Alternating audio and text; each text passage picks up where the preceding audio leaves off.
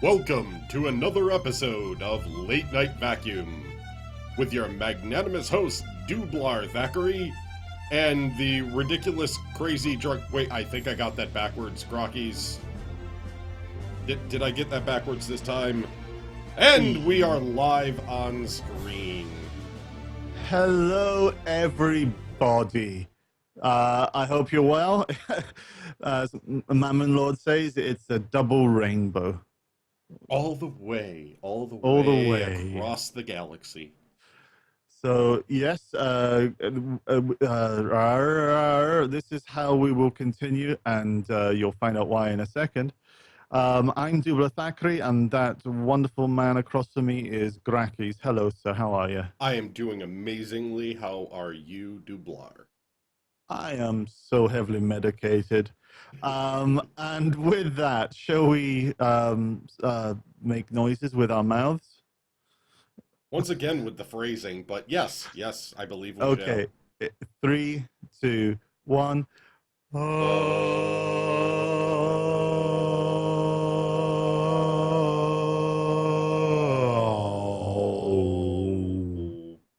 Exciting and new. You said the Love Boat, so I remembered last episode. You remember? Oh my God, I can't even remember my name. So, hi everybody. I hope you're having a lovely time. I'm not joking when I say heavily medicated. I've just taken some painkillers for a leg injury, and I'm on Planet Wibble. So, Grakees, take care of everything while I rest against the microphone. I will do just that, and we'll start You're off before awesome, your thank you. short-term memory fails you. Doublar, what have you been playing this week? I have actually been playing games. I know Games. that's just crazy speak. I actually played 3 games this week. One of which was Star Citizen and Social Module. Oh my word! We'll get to it. We'll get to that. Yeah. So let's say I've been playing Social Module. We're gonna tease them with it a little bit, hold back, and then just unleash. Oh, okay. So Social Module. Excuse me. Okay, and I've been playing a game called Duskers. Now, Duskers is a game by a person who made. If you've heard of a game called A Virus Named Tom, I have not. it was quite a good game. Basically, you were a virus named Tom. It's really there in the title. Is Duskers the one with the Roombas? Duskers is Roomba Central. So yeah, Grakees has gone straight to it. You basically are. It's a roguelike. You have to travel the galaxy trying to get somewhere. I didn't really pay attention to that bit. Story. Who needs it? Hey. And we're getting questions in chat going, what colors does Planet Wibble smell like? Thanks, blood. So Duskers is a it's not Snozzberry. If you Google that, you'll find weird things. Duskers is a roguelike game where you basically use drones to scavenge ships, and you've got a top-down like kind of like architect design of a floor plan layout, where you can control and move the drones around, or you've actually got in the ship where it's still a top down, but it's got a little bit more kind of grainy detail because you're only seeing and experiencing through the kind of Roombas, as it were. But all of these you can control it with cursors, but you've actually got a command screen interface, so you can say navigate number of drone R1, so it goes to room 1. That's old school gaming style. Yeah. So it's really like kind of a logic puzzle, because you're trying to because your drones have different powers and abilities, which are randomized. So the first time I played it, I had something which could do motion detection, And as long as it remained stationless, it could motion detect all the adjoining rooms that had power. Oh, that's nice. But then the next time I played it, I didn't have that power. So I was like, oh my God, I have to open this door. And I don't know what really is in there. And that's because there can be hostile intruders.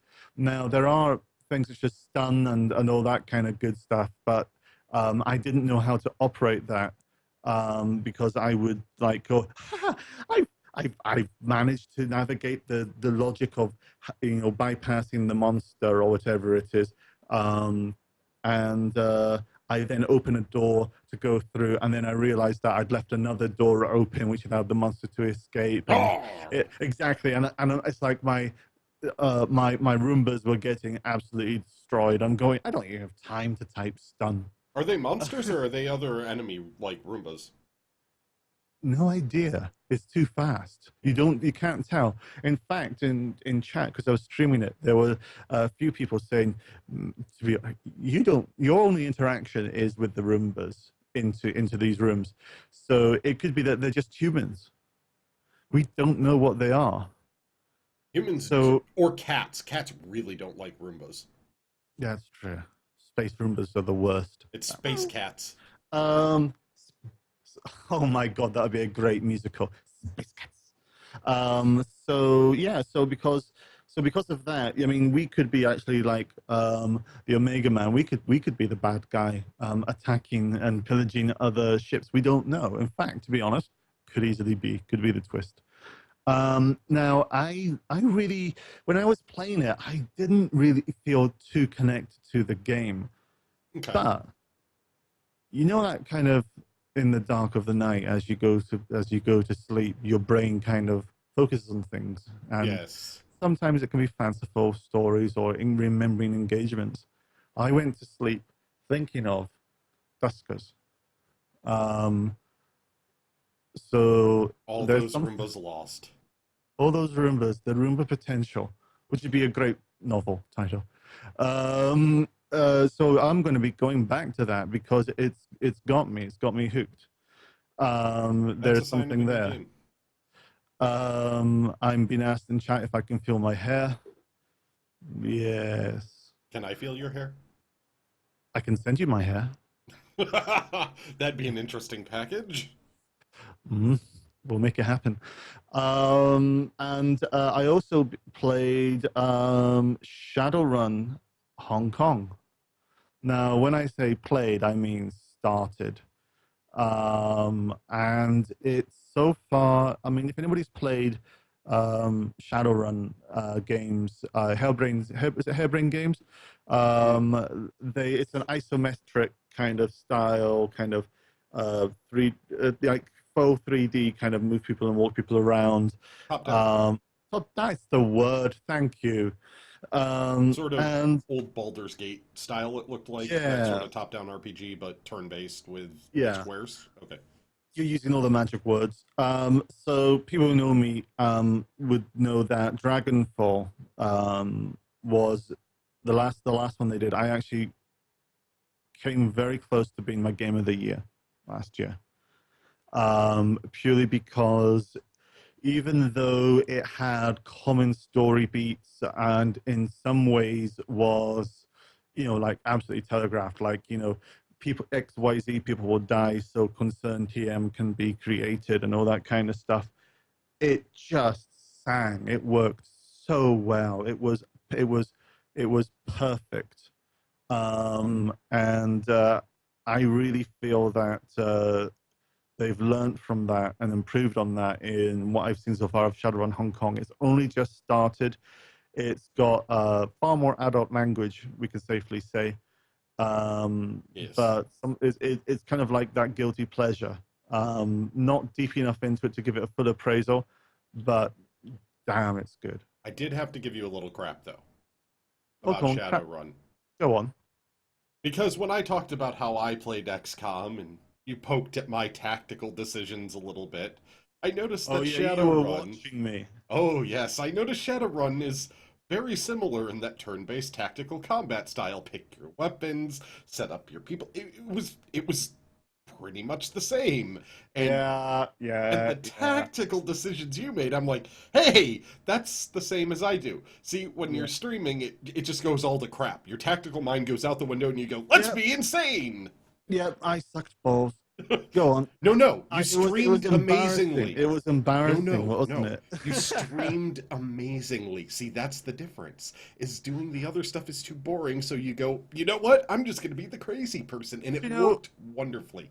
look, this person has a pistol, but they also have a rocket launcher. Can't hit for shit. But when they do, it's awesome. I'm gonna have you run towards them with that rocket launcher. Exactly. Stand in the middle of the street here, even though there's two guys coming up behind because you might get a shot off. I'll get you, you filthy dogs. So yeah, it was good. Um, but yeah, so I need to stream some more of that to say the least. So yeah, good times. Um, yeah, harebrained schemes make the current Shadowrun games. I never actually played the Shadowrun role playing game, so that's my confession. A huge RPG. There were just many other games out there at the time of Shadowrun. I knew about it. Lots of friends played it. Never got into it. I enjoyed Um, Shadowrun. yeah, so I'm loving the chance to kind of revisit it now in digital form, and I think they've done fantastic. And here's the really fun and important thing about these Shadowrun games. I know I'm kind of dragging on, but this is really important to share. It's got its own level editors. So, Oh, that's so wonderful. you can buy this on Steam or elsewhere, but Steam Workshop, and you can make your own stories and adventures, and you can also pull out others' own stories and adventures and play it. That sounds That's like fun. that's a lot of fun. So yeah, it's a platform for creating your own storytelling, as it were. Yeah, And that's pretty much all I've been playing. Now, what about you, sir? for me, well, Would this you- week I played Star Citizen. I played Star Citizen a lot. Social Um, module, or you, attempted to play social module at you actually times. you played Star Citizen to the point of Oh, ruin. yes. I missed the moment, but can you show us the outcome and tell us what happened? I can hold on off camera here, grabbing. Hey, Goodtooth. Sorry. There it is on camera for you. You can see the wires hanging out now and everything else. Down in here, there's To actually. describe this for audio, Yes, I'm about um, to. Um, yeah, this is my X52 joystick that I'm showing on camera now for the audio listeners. It are you is sure it's half not your opened. X36? Because it does seem somewhat reduced. It's halved, so it's actually my X26. So So it looks like a 3D representation of a blueprint where you can see the innards because I it's took half the casing off, but it's Arnold Schwarzenegger as Terminator, but having lost a few pounds. so basically what happened was the joystick started sticking. Where I would try and move it, and if I moved anywhere outside of a small portion of center, it Hmm. would stick and then hitch and then it would jump forward. So I couldn't control for aiming or for close maneuvering, racing, that sort of stuff. It was a big problem. I needed something to Mm. move smoothly. You need a joystick to move smooth all the way from 0 to 100 on any axis. And it wasn't at about 10. It would go Yeah, from like 10 and it would hitch and go to like 30, 35. So there was a I'm the huge same in gap. conversations. So I decided to fix it. I took it apart, got it fixed, and as I was about to finish up with the initial fixing of it, somebody tipped me on my channel, which played my tip alert, and it made me jump, and I ripped a Oh, wire you're off. kidding me. So I actually ripped one of the wires. So I decided to do this off stream, but I didn't have a soldering iron because I'm not supposed to have a soldering iron here, even though I have lighters. It's weird. They have weird Okay. stuff that I'm not supposed to have at the apartment. Anyway, basically what it came down to was I used a lighter and piece of wire and all that other stuff to heat up the solder and got that piece of wire and stripped the casing off of it and reattached it. I got it all reattached. Yeah. And it was fine. And I got the whole case back together and it was working and the twist was working. It's fine. So as I'm testing it out, all of a sudden I hear a crack. What? And I'm like, what the hell was that? And then it's not twisting right and it's not moving. And then I see pieces of plastic falling down past the spring. And the problem was... Like tears in the rain. Pretty much. The problem was where the joystick handle connects to the metal part of the shaft, for lack of a better term. It's a great movie. There's metal in there, and then there's plastic inside. So it connects metal on metal and plastic on metal. Okay. And the plastic had worn down a little bit as their grease, essentially, for lubricant in there wore off, and started working like sandpaper against the metal. So it was leaving metal burrs and scraped up. So what happened was it caused pitting, and it cracked the plastic, and the metal was ground down, and it wasn't ever going to be repaired. And when it did that, I just went, and threw it down, and then all the wires kind of ripped out, and parts of the plastic had already ripped out other wires inside, and it was like, it's done. So what you're saying is next stage, Viking burial. Yeah, pretty much. Pretty much. Awesome. So I want a video. That was playing Star Citizen this week. Have you ever heard over there a game called, I don't know if it was rebranded, but Daley Thompson's Decathlon? I have not. It was, I think, on the Commodore 64 in the 80s, early 90s. It was a joystick killer because you had to waggle it like an obsessive, and you would rip your stick out. Oh, ow! Quite. And so I think Star Citizen is the new Daley Thompson's Decathlon. Yeah, it's a bit of a joystick kill. It's killed a few X-52s from what I know of. Yeah. There's a few people in Bad News Gaming, the group we're part of, that have lost X-52s now, and all of us after about a year.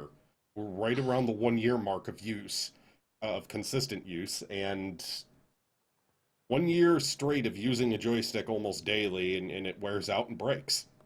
Yeah, but you've got fantastic wrist strength.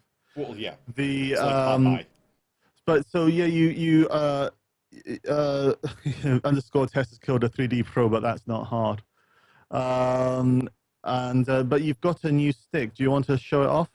I do indeed have a new stick. I ordered this. I really wish I hadn't had to order one, but I got a T16000M because it's within the price range that I could do. It's a Thrustmaster stick. Again with the phrasing. It says it right on the side of the stick, Thrustmaster. So, how does it feel to use compared to the X52? Honestly, it's going to take some getting used to because it springs back to center pretty hard where that control is on there. So it's going to take even more arm strength to control it. Strong, springy base. Because there isn't attachments to it to increase leverage where you can make the stick hold higher like you can on a Warthog. Okay. So it'll take a little bit of work, but I can, no problem. Okay, it'll be fine. So we're talking about games you've been playing. So you've been playing Star Citizen and that happened. Anything else you want to say about Star Citizen, or have you been playing other games? We'll talk more about the wonderfulness that we're experiencing that we've been alluding to. Okay. Hey, AK Ronan. And then Mad Max. Oh yes, because I was actually going to say, because I saw you playing a bit of it, and it looked like you were like a pig in shit. You were having so much fun. I'm so addicted. I want to be playing it right now. It's that bad. Oh god, that bad in a good way. Yes, that bad in a good way. Okay, so tell us about it. The game has everything that I love in a game. It combines some of the best elements of my favorite quick combat style, which is sort of the Batman Shadow of Mordor style, which has come up lately for that third-person action combat, which is, left-click, right-click parry, left-click combos, maybe a couple of other keyboard keys, but it's all about timing. So it's timing-based combat. It's almost like QuickTime Event on steroids combat. So they make it fun and interactive for the way the combat works. It has upgrade and level up systems. It has looting, and anyone that saw me in my early days of streaming playing Dying Light knows how obsessed I am and OCD I am about getting loot. Yes. I mean, I still remember those Dying Light times where it's like, oh, I can get a horde of 100 zombies here. Hit them with Molotovs. Now I need to go collect all 100 loot bags. Yeah, this is why I absolutely loved Borderlands 2, but seriously, those guns had to stop collecting. I know, I'm the same way. And so it has that stuff in there. You can upgrade your car, you can upgrade your character, you can do there's, oh my god, the number of side quests you can do. It's a huge open world area. You can drive around in different cars and explore on top of that and do all the side quests, do the story missions. And then you can upgrade your bases in the game too by doing stuff and collecting things so that they feed you components. I saw you do something amazing. I was watching you last night, and so to picture the scene, Grakees is in a car. He's being attacked by bandits and other cars. Oh, that one. Okay. He gets out of his car. The bandit goes, crests it over the hill, and he rolls out the way 3 or 4 times as it tries to run him down. So it's kind of like a matador against a bull. And he rolls out the way. The car keeps going forward. Max stands up and then pulls out like a sawn-off shotgun, I think it was. Yes. And like a hip shot in a fluid motion, not even like an aim shot, just kind of like lifts it up, perfect lineup, and shoots the other car's fuel tank, and it blows up. And he did it behind him too. It was a look on the camera. It was a just no-look action. Gun behind, fire. It was an aimed shot. I will say that. If you do the aim at the right time, it slows down motion so you can aim the shot. So I did do an aim, but he pulls it out of the holster over behind him, like over the shoulder type of shot. Just aims behind him. One shot, boom, and he's just not even looking at the explosion. This is it. This is like here. It's imagine you're walking away from the explosion, not looking at the explosion, but you just pulled the trigger that caused the explosion, and you shot behind you. But everything was done that you actually saw the identification of the fuel tank, and it was like good. I have a few highlights I need to go pull out of that one. My people need me highlight.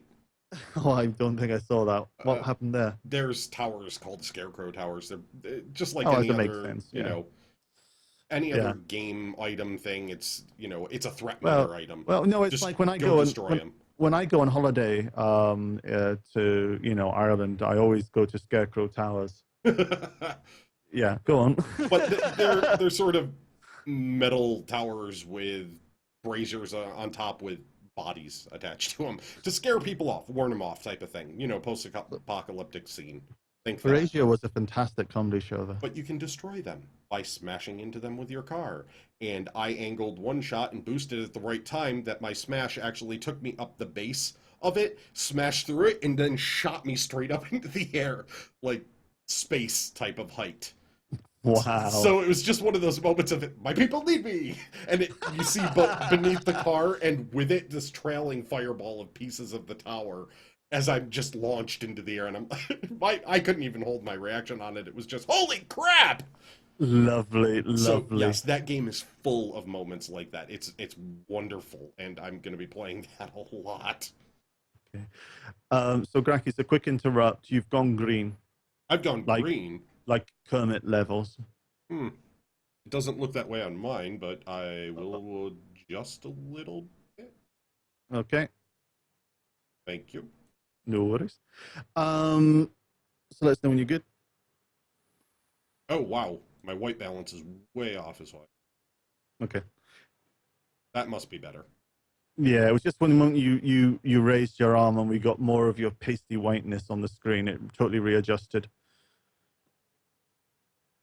Yeah, the white balance is being... There we go. Sweet. Now I'm a bit more red, but yeah, that's good enough. It's excitement. I'm just looking at it to see, yeah, it's close enough. Okay. In 3, 2, we'll harmonize the gang just for shits and giggles. Yep. 3, 2, 1. Oh.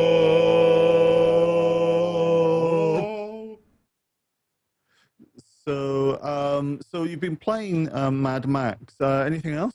Is that been the guts of it? Star Citizen and Mad Max, those were the main two. And then working on my special writing project that involves games. Ooh.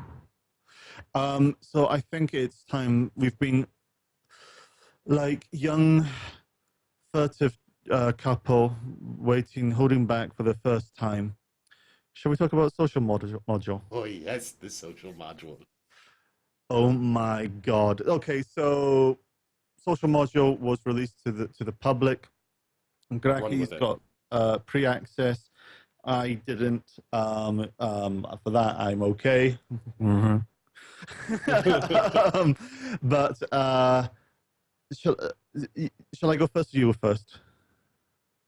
Go first. You go first. That's why I said run with it. I want to see Okay, you run okay. with this. Yeah.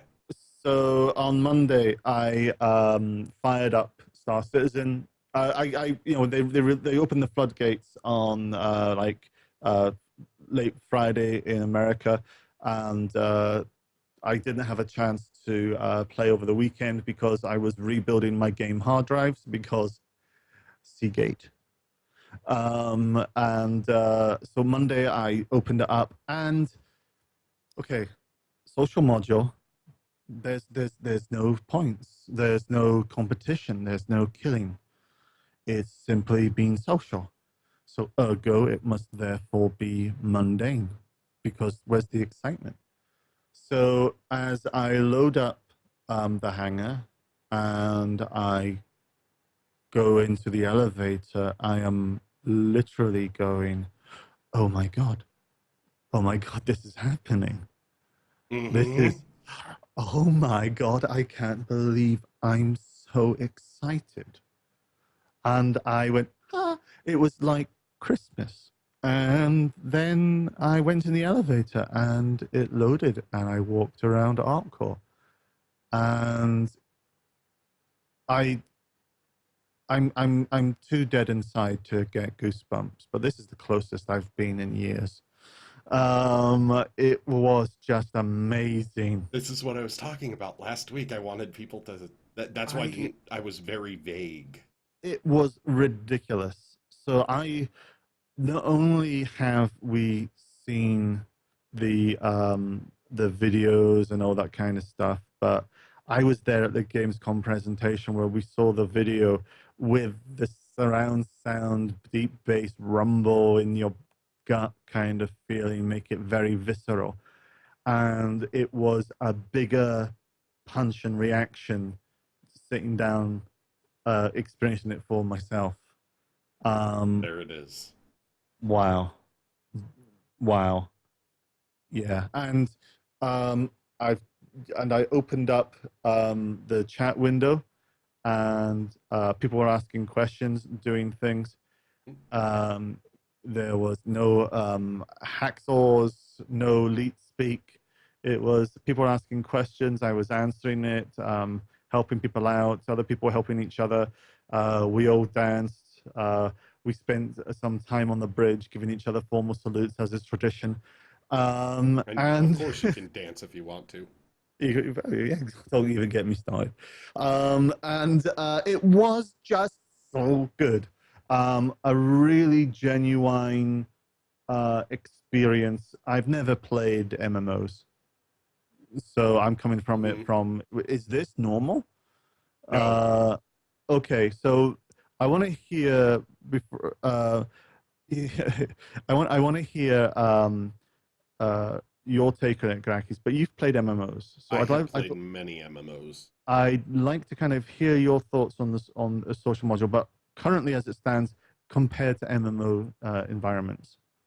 Okay. Um, it's an early start compared to MMO environments. However, I keep going back to the game, especially because it really does have a lot of correlation between the two, but Star Wars Galaxies. And this reminds me of Beta 1 Shuttle 2 time frame. That's how they they talked about the beta. Okay. Beta 1, Shuttle 1 was the first part of beta. Shuttle 1 was the first group into that. And the first group got character editor. That's it. We don't have that yet here. However, I can't remember if it was Shuttle 1 or Shuttle 2. We got our first step into the world. And it was just a small section of Tatooine.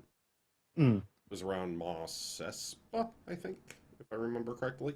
And we Mos basically... Espa, who make the Prowler. Sorry. Sorry, everyone.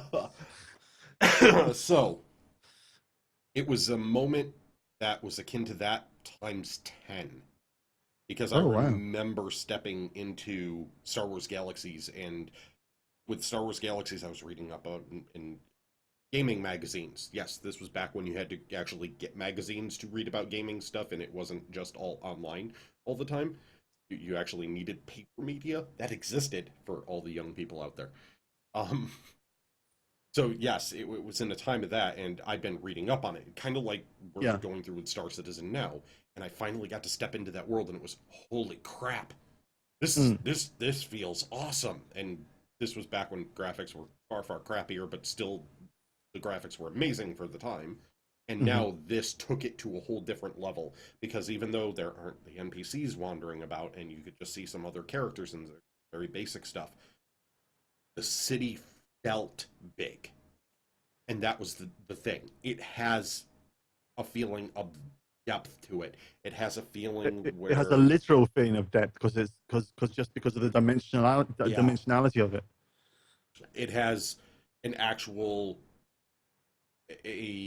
a very visceral, emotional connection to the areas that you're in, where you can actually feel the emotion of the environment to some degree. You can feel tension in the alleyways, wondering if something's gonna happen, just because of the lighting and the sounds and the way they've designed everything, and they really paid attention to the detail. And then the bridge, the high bridge in ArcCorp. Let's take it to the bridge. That is probably my favorite spot. It is a lot of people's favorite spot in the social module, because you can walk up there onto this high bridge and you look out over the city, and you can feel the distance, because there is an actual distance between it, even though some of them are low-res buildings, and we'll get into that part of it later. But you can stand there and watch all the ships traveling overhead, sort of Blade Runner almost, or Fifth Element, that sort of traffic type pattern, with the ships flying over the city, and then coming really close pass over your head is just a cycle of different ships over the bridge. And you can sit there and listen, and it's the sound of the city is going on in the background, and the sound of the engines. You hear traffic and hear a liveliness and a bustle. And it doesn't even have the NPCs yet, and it feels alive. It's a good It has a few NPCs like positioned in certain spots, but they aren't really interactive. Dead, fiery eyes. Oh god, they have the weird dead black... They look like they're from the X-Files with the black oil. But yeah, it's... Compared to other MMOs, this feels alive. In a way that I have not had that feeling.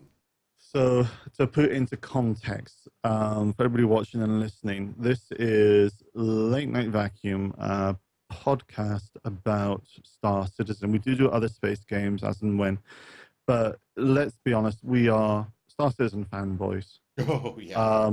But it doesn't mean we're not critical. We are critical from a supportive viewpoint. We try to say, we want this to succeed. Here's our thoughts as to various things. We're talking about our experiences with social module. Even if we took away any potential bias of that our support could bring, it was freaking awesome. Oh god, it was. That doesn't take away the fact that there are some annoying aspects from it. Yeah. There are things that are problematic, especially with trying to get into the social module right now. It's a lot of standing in the elevator going, can't connect, Which connection is really odd, because I've seen that happening, and I had no problem. It depends on the time of day and the number of people connecting at that moment. If you're catching it at the end of a workday in Europe, it's still enough people that aren't connected that you can get right in. So if I do it at like 3 p.m., 4 p.m. Eastern, time frame, I can get right in. Bang, no problem. I do that at Nice. 6 p.m. Eastern, and nothing. Nope. Game over. That's not good. That's not good at all. So it's a fight to try and get access. And that is because they're still working on spinning up all the servers and getting that working. And that's part of this test. It's like a stress test very, very, very early in the process. In the Which is long run, it's going to fantastic. help. Yeah, yeah, because that's what people aren't realizing. I mean, what happened to the last MMO that went live that you played that didn't have that, didn't have this stress test? That didn't have they all have stress tests. Oh, It's just but at the end, in other words, did it? It's like when the floodgates opened, did it kind of totally crash? they've all done Is that. okay. Every single So one of them.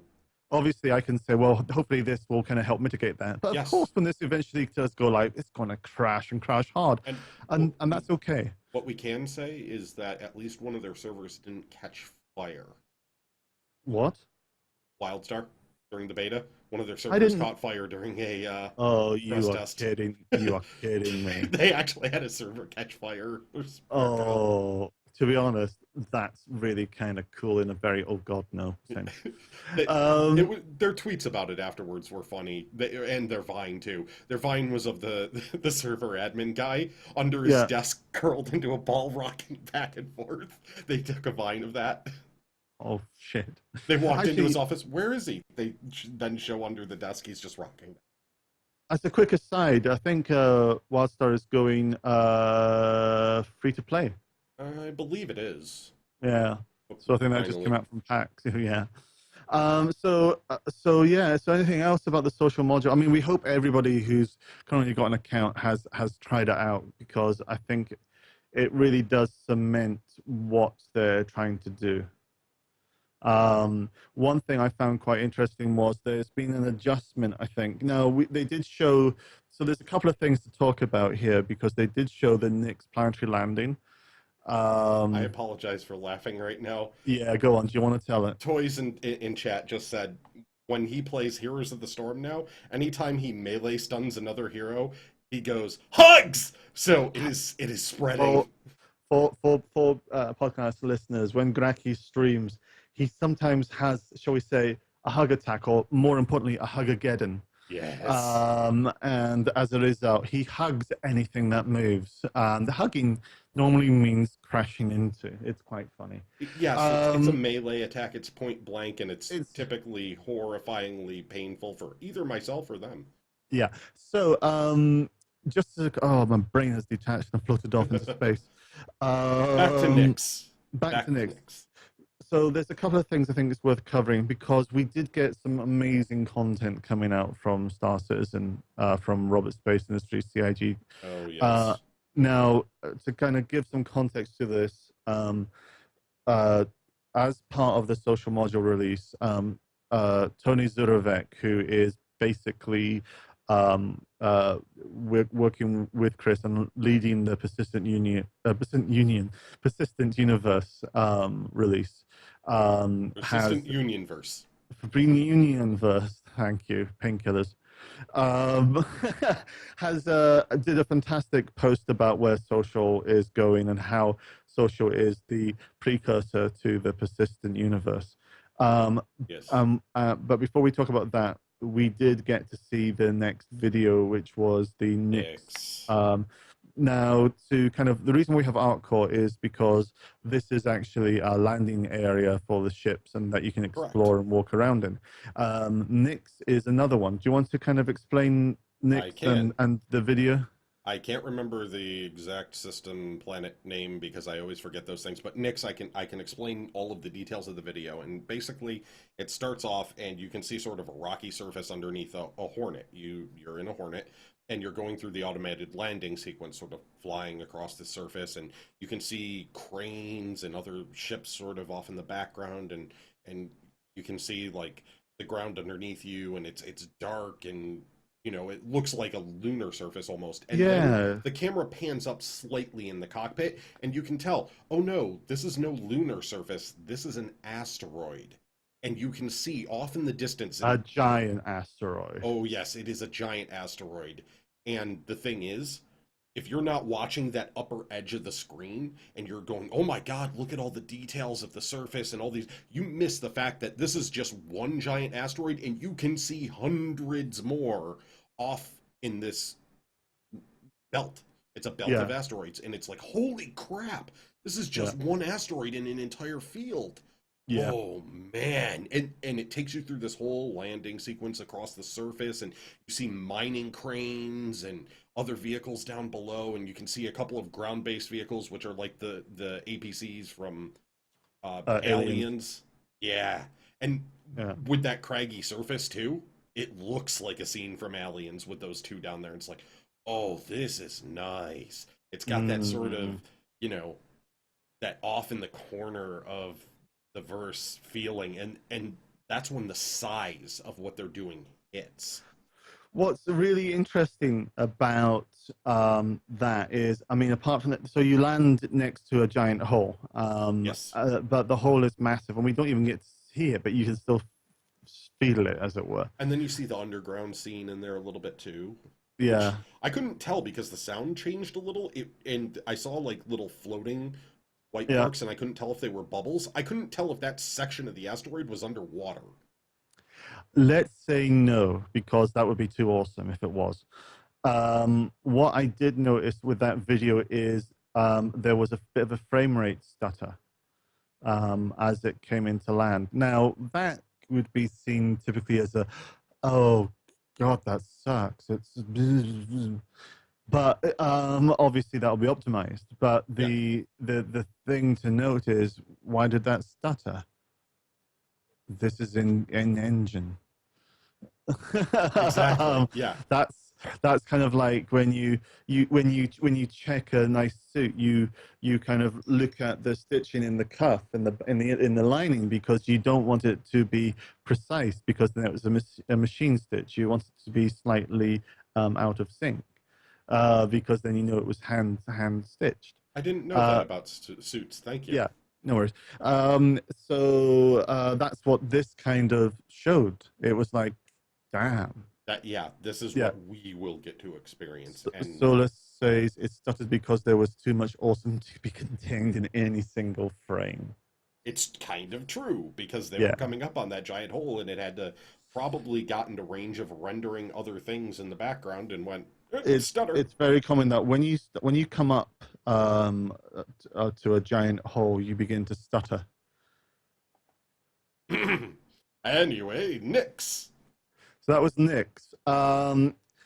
So this all kind of coincided with a social module post that Tony Zurovec put out, where he basically talks about the Path plans. of Happy.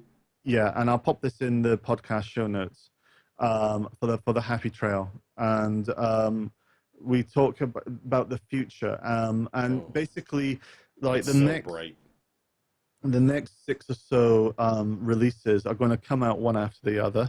There is some dependencies with the branching of code bases being merged together, which they've worked on that. pretty much finished it almost. I think I they know had I've jumped ahead 298 left or something. out of, and they started with something ridiculous, Like tens of 7,000.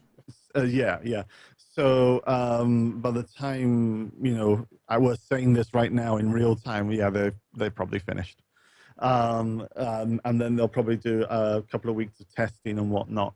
But that kind of tells you that the big obstacles for many releases, it will be done.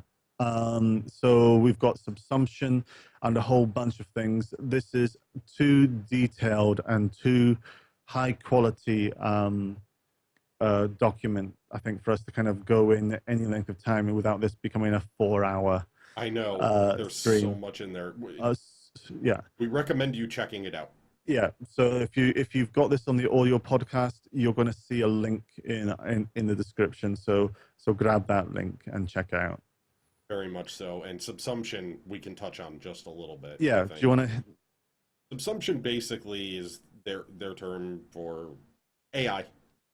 And I'm not just talking general AI. I'm talking this universe has come alive AI. Like, hey, Mm. guess what? They're doing their basic jobs now. The NPCs are out there, they're populated, and they're doing what they're supposed to do, which is they're they're real living people within the universe at that Yeah, point. when we say jobs, it's not, hey, I run a clothes store. It's, hey, I wake up, I have lunch, I go have breakfast, I go to work, I go for a smoke break, I do these things when I engage with these types of customers. I then go off and have lunch. Um, you know, Yes. uh, it's the cycle that connects to the economic module, as it were. Basically, the idea is if you aren't paying close attention, you shouldn't be able to easily tell the difference between an NPC and a player right Yeah, away. Obviously, a player is going to have completely different behavior, so you'll be able to tell it if you pay attention. But if at a glance, you shouldn't be able to know is that a player or an NPC. They should be indistinguishable at a quick glance. yeah, and then when you see people kind of just trying to run everywhere and then getting really tired and walking very slowly everywhere, that's probably a PC. And jumping up onto random boxes Yeah, though it would be hilarious if they added that to Subsumption, just that some would sort of be. crazed, drugged out characters that Oh, just go and do that stuff like could players no? do. Could you imagine? It's like a meme, like planking. So the NPCs start copying what PCs do. And Um, then the cops go and arrest him for being all weird. don't be weird. We don't like that. Um, um, I've had another brain fart because I was going to say something and then I read something in chat. The what? Yeah. Here's the thing about the Knicks. We're actually going to get access to the Knicks now. Nyx is a slightly more shady kind of place. It's not Spider. Spider is basically the land of the pirates. But it's a place where you can be a good person or a bit of a smuggler, a bit of a never do well. The lines Nyx are a is the little bit gray gray. area. Yeah, Spider is the black. what's the name of it from old Caribbean? I can't remember the name of the Um, city, but it's the Pirate yeah, Haven city. yeah. So here's the thing. Nyx is part of, I think, their original plan for release. Now, I may be completely wrong in this, so Grakees, you can correct me. Okay. Um, the original plan was to get, say, about 4 or 5 systems out, Five. 5 systems They out with call it the main five. the Yeah. main 5 with a landing zone in each. Yes. Now, it looks as if they're actually instead, and this makes so much more sense, is they're actually going to be working on Stanton in more depth. Um, uh, Because then we'll so have ArcCorp, Crusader, and Microtech, Hurston, yeah, Microtech um, Person. Was Bearing one of them? I can't remember. But yeah, it's Yeah, corporate lands. yeah, but what that means is that it's been a long build to get the social module out because they had to develop many other things, but including the art assets. So they've now got base assets which they can retexture, reuse, and this is where some of the procedural generation work they've been doing has come in to play, which means that they're actually going to have a faster and much easier time of bringing the Stanton system out and up than simply moving into new systems with new design ethics. Yep. That doesn't mean that that's going to take a long time to do. It's just that they've now started to they've got the pipeline, as it were, better sorted out, and they're Very much prioritizing so. in a Very much way. so. Yeah. So what that means is that kind of taking forward the social module, working with AC 2.0 when that comes out, means that we'll have a large map that will have the various planets and their landing zones come online. So we can go to planet, get in ship, go to space, go to other planet, Yeah, land, switch ship, go, yeah. so on and so forth. And also, unlike Arena Commander, where it's you play a game for 20 minutes, you can fly around in the large map and just experience a large map and discover things and find other players And NPCs. and NPCs. So it's going to be a very interesting space, and they're going to turn on the system, the planets as it kind of gets ready. We will get to travel to Nyx sooner rather than later, but it's a little change to the kind of release. Yeah, and Nyx, I think they might not allow us to get there through flight right away. I think it's gonna be a hangar job. It's gonna be a Wonka. It's gonna be a Wonka Vader situation. Yeah, the glass elevator. And also coming up as part of the ArtCore release sooner rather than later is the Million Mile High Club. Yes. So for a period, those people who got a completionist package got basically their own club, and that's going to be accessible. And we know some people with those, so we're going to get to visit the Million Mile High Club, hopefully. Woohoo! So anything else been happening in the world of Star Citizen? Oh my God, there's been so many different things. They had E-War. They had their first post about E-War. E-War. Now, this ties in with the fact that we've got, right now we're in the middle of a Vanguard sale. So a Vanguard used to be known as a Bulldog, is a deep range, long range? Long range. A long range. Both. Yeah. A dogfighter, shall we say. It's the ship that is designed to not only get there, but get shot to pieces. And then get home. And then get home. Oh, yes. Which always reminds me about how do you design a ship? I can't remember the story, rather apocryphal, but still true. When in World War II, when planes were coming back, absolutely shot to pieces, a clever person actually used that as part of the understanding the design about how these planes could get back, rather than trying to make it that they don't get damaged. Yep. They were trying to make it like, how do they survive? And it was a very interesting way of thinking. That was how they designed the B-17 initially. That was the idea, is that it could get shot to hell, but it would still possibly make it back. And that was the idea, is if you could make it back, then you were okay. It was the can take damage but keep going idea. Yeah. So the reason why the E-War document came out is because... and for those that don't know, E-War stands for electronic warfare. Yes. So it came out because the two variants came out for the Vanguard. One of them is the Harbinger, assuming direct control. We've all heard of it. And that is the, oh my God, it's the Tally Buster.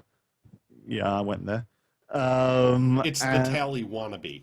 It's the Tally Whacker. So, and the other one is the Sentinel, which is an E-War variant. Yes.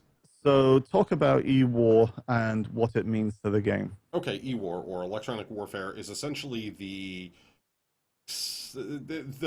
disruption portion of the game, the hacking and the information running and gathering and collecting. It's the spy game, essentially, within and everything else. And each of the E-War components for a ship have different specializations. For example, there's two ships right now that are outright for electronic warfare, for E-War. You have the Herald by Drake, and then you have the Aegis Vanguard, the Sentinel variant. We also, would you count the Tracker? Maybe the Tracker or the Stealth, but not as much. The Tracker is not so much E-War as it is situational awareness. It's more of a scanning ship. The Stealth one, if you put the right modules on it, but that's more about stealth strike than it would be about electronic warfare. I mean, you could module it up and add different components to it. You can make any ship kind of do anything if you outfit it a certain way. It's just certain ships are going to be better at doing certain things than others.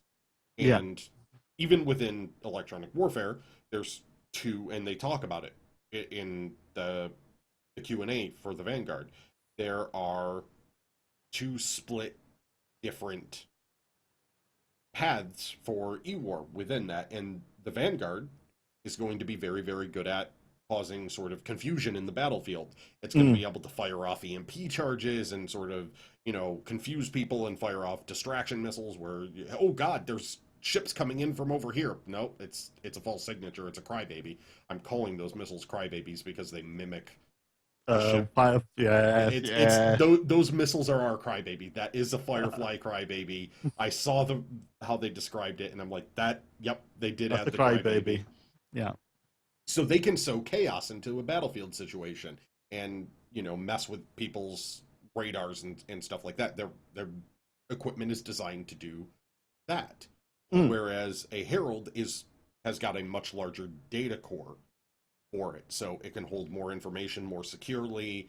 And the Herald is designed for intercepting transmissions, running transmissions. Yeah, the data runner aspect. Exactly. So you have two different sides, even within the whole electronic warfare. There's like sort of subsets of specialty.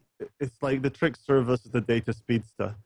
What was it that story about checking the somebody's internet speed? They attached like a flash drive to a pigeon or something, and then they tried to download that 4 gigabytes through the internet, and the pigeon got to such a place faster. I don't know if you know that story. I've told it really well. I do not. I can know really that story. feel that I've given it my all with my storytelling. But basically, the Herald would be the faster way to run that data. The Herald would be the pigeon with the flash drive in that situation. Catch the pigeon or stop the pigeon. And I can be Muttley. So it's kind of like the E-War for me is it works off the signatures. It works and it gives and they're talking about a whole new range of countermeasures that you can drop. Yes. You've got missiles that you can fire, which if they hit can create a connection for hacking and attempting to take you over. Basically, it's a data link missile. Just so much goodness. So the E-War is a great read. I may have upgraded my Vanguard to Harbinger. Did you do the upgrade, or is your Vanguard befooked now? Okay, so he used the technical term to be fooked, which they had a plan to call upgrade kits field upgrade kits, but it didn't kind of. So now they're battlefield upgrade kits, so they're bucks, not fucks. Except in their Q&A, they actually did have in one section of that BFUKs. So, battlefield upgrade kits. So, when you want to upgrade, you want your ship to be fooked. Yes, don't be fooked. I'm sounding more Scottish. So I actually took my base, upgraded it to the Harbinger, and then I got $2, almost 350.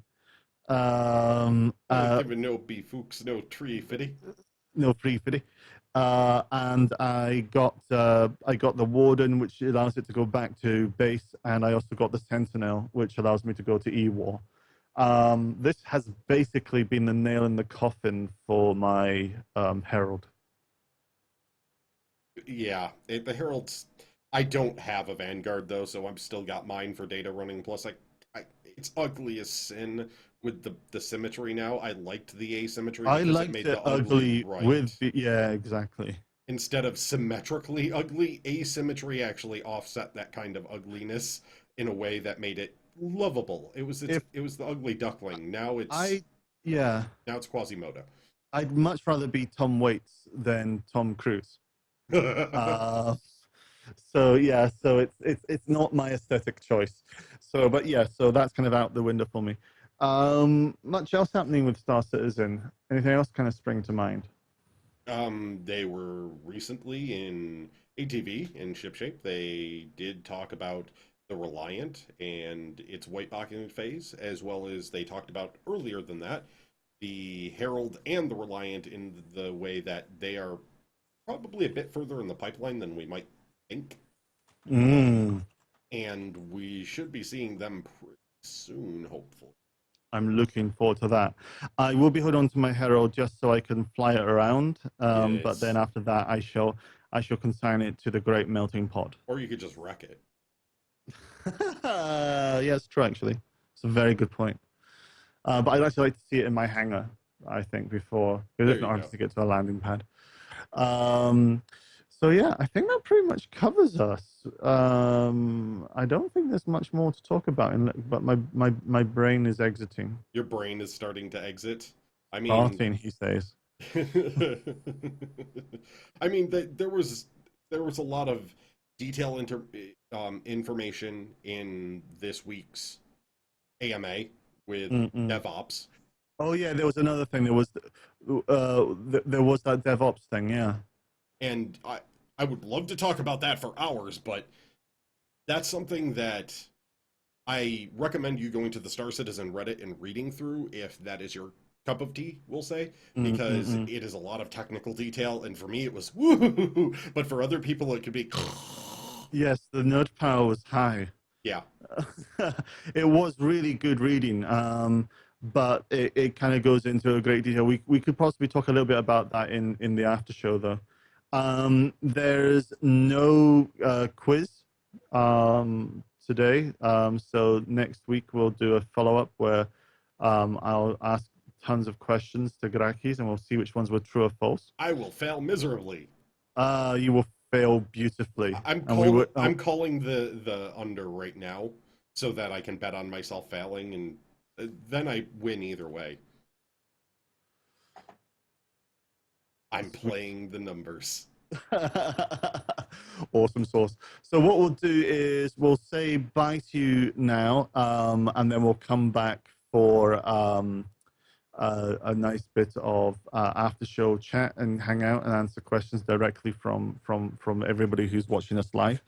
But yeah, I am just so happy that we have social module. It's that kind of Oh, it's like that Connect Four, that moment where you get that line, that all the pieces are connecting and coming I together. would say it's the moment right before the line when you notice it. Yeah. That moment of I see it. I see the Connect Four. There it is. I only need two more moves and they can't block it no matter what. So this is it. This is the moment it's all gonna fall into place, and it's that moment right there where you're just like, ooh, it's in my grasp. But it isn't quite there yet. You have to be patient and wait for the extra little bit. But that's so. It is getting there. I'm so Ooh, you happy. went with Susal. It's what I do. I'm European. So Grakees, where can we find you? You can find me on twitch.tv/Grakees, Grakees, as well as on Twitter and YouTube under the same names. Yeah, and you can find me, DoublarThackery, at twitch.tv/DoublarThackery. That's DoublarThackery. Make sure to stop in and follow us at all those space places. All those Spaces. space places. Places! New word. Yeah, so thanks, Grakees. Thrakies. We're now So, Thrakis. love you all, and we'll see you next week. And if you're in chat right now, hang on, we'll be back in a few seconds. Bye, everybody. Bye.